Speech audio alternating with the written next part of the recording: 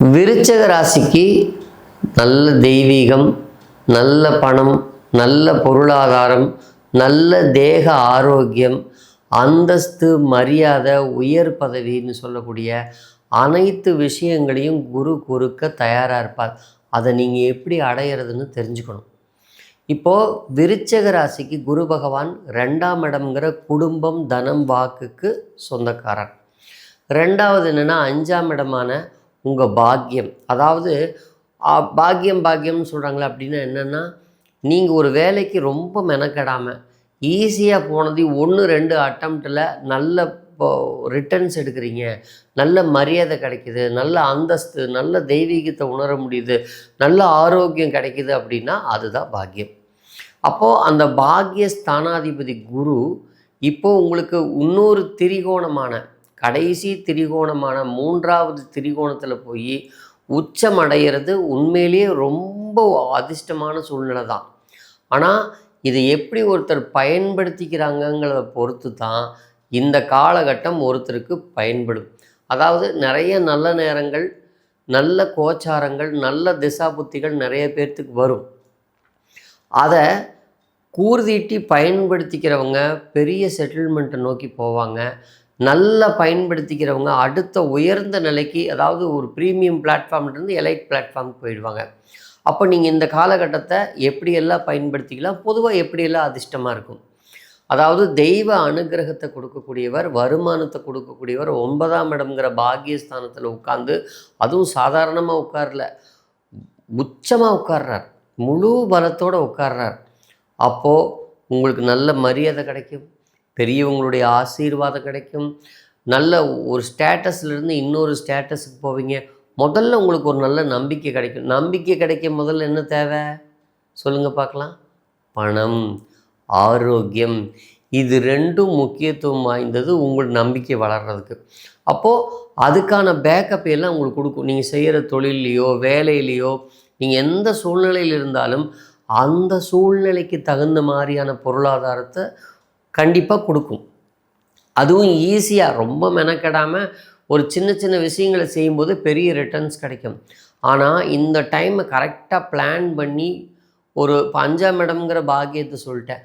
அப்போது உங்கள் குடும்பத்தில் எது இஷ்ட தெய்வம்னு பாருங்கள். இஷ்ட தெய்வஸ்தானம் 5. அப்போது ஒரு அம்பாளை போய் நல்ல உங்கள் குடும்பம் தலைமுறையாக எந்த தெய்வத்தை வழிபட்டுட்டு இருந்தாங்களோ அம்பாளை, அந்த அம்பாளை நல்ல பாலாபிஷேகம் பண்ணி ஒரு வியாழக்கிழமை அன்றைக்கி கும்பிடுங்க. உயர்ந்த பலனை கொடுக்கும், நல்ல சிந்தனை கிடைக்கும், அந்த காலத்தை பயன்படுத்திக்கிற சக்தி கிடைக்கும். அந்த தெய்வம் அந்த உங்களுக்கு அந்த அந்த ஜோனை அமைச்சு கொடுக்கும். சுற்றி இருக்கிற ஆளுகளை, நல்ல நல்ல ஆளுகளாக கிடைப்பாங்க, நிறைய ஐடியாஸ் கொடுப்பாங்க, சீக்கிரமாக நீங்கள் டெவலப் ஆகிறதுக்கான உங்களுக்கு நல்ல நாலேஜ் கிடைக்கும். அப்போது ஒரு காலத்தை நீங்கள் பயன்படுத்திக்கிறதுக்கு இந்த இடத்துல தெய்வ அனுகிரகம் அதிகமாக உங்களுக்கு தேவைப்படுது. ஸோ 2ஆம் அதிபதிங்கனால உங்கள் குடும்பமே உங்களுக்கு ஒத்துழைப்பாங்க, நல்ல பேச்சுக்கள் இருக்கும், உங்களுக்கு நல்ல ஒரு குடும்பத்தில் இனிமையான ஒரு சூழ்நிலை கிடைக்கும். ஏன்னா 2ஆம் அதிபதியாகி குரு உங்கள் ராசியவே பார்க்குறாரு. வருமானம் ரொம்ப ஈஸியாக கிடைக்கும். அப்போ இந்த காலகட்டம் உங்களுக்கு நல்ல ஆரோக்கியம் கிடைக்கும், ஆரோக்கியத்துக்கான மருத்துவம் கிடைக்கும், உங்களை சுற்றி இருக்கிறவங்களாம் உங்களுக்கு அனுசரணையாக இருப்பாங்க, அன்பாக இருப்பாங்க, உங்களுக்கு ஒரு நல்ல கௌரவம், புகழ், அந்தஸ்து இருக்கும். ஒரு ஸ்டேஜிலிருந்து கண்டிப்பாக இன்னொரு ஸ்டேஜுக்கு போகக்கூடிய ஒரு சான்ஸ் இப்போ தான் உங்களுக்கு கிடைக்கிது.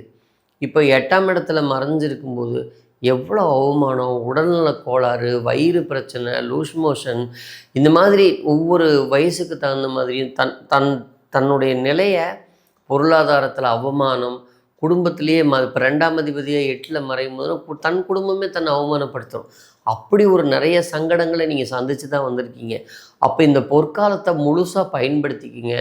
அதுக்கு நல்ல ஒரு நாலேஜ் வேணும், அதுக்கு ஒரு தெய்வ பலம் வேணும். அப்போ உங்கள் குலதெய்வ வழிபாடு பண்ணுங்கள். போய் ஒரு நீர்நிலையில் இருக்கிற ஒரு அம்பாளையோ இஷ்ட தெய்வத்தையோ பாலாபிஷேகம் பண்ணி கும்பிடுங்க. உங்களுக்கு நல்ல சுற்றம் சூழம் அமைஞ்சு, அதாவது இது சிம்பிளாக சொன்னோம்னா, ஒரு தங்கத்தட்டில் நிறைய வெள்ளி பாத்திரங்களில் பால், பழம், தேன்னு உங்கள் தாத்தா செய்த புண்ணியம், நீங்கள் முற்பிறவியில் செய்த புண்ணியமெல்லாம் உங்களுக்கு வாய்ப்பாக கன்வெர்ட் ஆகி இப்போ வரும். அது நீங்கள் எந்த முறையில் எதிர்பார்த்தீங்களோ அந்த முறையில் வரும். குழந்தை பேரை எதிர்பார்த்துருக்கிறவங்களுக்கு சப்போஸ் குழந்தை பிறந்துருச்சுன்னு வச்சுக்கோங்க, அப்படியே அள்ளி கொட்டும் அதிர்ஷ்டம் அந்த டைமில். சப்போஸ் நீங்கள் வயசானவங்களாக இருக்கீங்க, உங்கள் குழந்தைகளுக்கு குழந்தை பேரன் பேத்தி ஸ்தானம் 9ஆம் இடம் பேரன் பேத்தி ஸ்தானம். அப்போது 9ஆம் இடத்துல குரு இப்போ உச்சமாக இருக்கும்போது உங்களுக்கு பேரனோ பேத்தியோ பிறந்தா உங்கள் லைஃப் இப்போ கேரண்டியாக அடுத்த லெவலுக்கு போயிடும். இப்படி ஒரு அதிர்ஷ்டமான காலகட்டம்.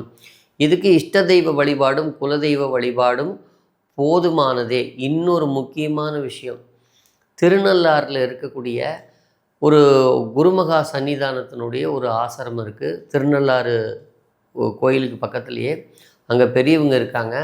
ஒரு வியாழக்கிழமை அன்னைக்கு அங்கே போய் பெரியவங்களை தரிசனம் பண்ணி பழம், எண்ணெய், பூக்கள்லாம் கொடுத்து ஒரு நமஸ்காரம் பண்ணி, குருங்கிறது பணம். அப்போ ஏதோ ஒரு நம்மளால் முடிஞ்ச ஒரு காணிக்கையும் குரு தான். அப்போ காணிக்கையாக ஏன் திருநள்ளாறு சொல்கிறேங்கிறத நீங்கள் போய் அங்கே செஞ்சு பாருங்கள். கண்டிப்பாக ஒரு பெரிய மாற்றம் வரும். குருவுக்கு மிகப்பெரிய பிரீதி ஸ்தலமே திருநள்ளாறையும் நம்ம எடுத்துக்கலாம். இதை அனுபவ ரீதியாக நான் 30 ஆண்டு காலமாக நிறைய பேர்த்துக்கு சொல்லி நிறைய தொழில் செய்கிறவங்க ஜெயிச்சிருக்காங்க. அங்கே போய் ஒரு வியாழக்கிழமை அன்னைக்கு இதை செஞ்சு நல்ல ஆசீர்வாதம் அந்த குருவாக இருக்கிறவங்ககிட்ட ஆசீர்வாதம் வாங்கிட்டு வாங்க. உங்களுக்கு சனி பகவானுடைய அருளும் கிடைக்கும், குரு பகவானுடைய அருளும் கிடைக்கும். இது ரெண்டும் இணையும் பொழுது ஒரு பெரிய ஒரு யோகமே உங்களுக்கு கிடச்சி தொழிலில் முன்னேறி ஒரு சௌக்கியம்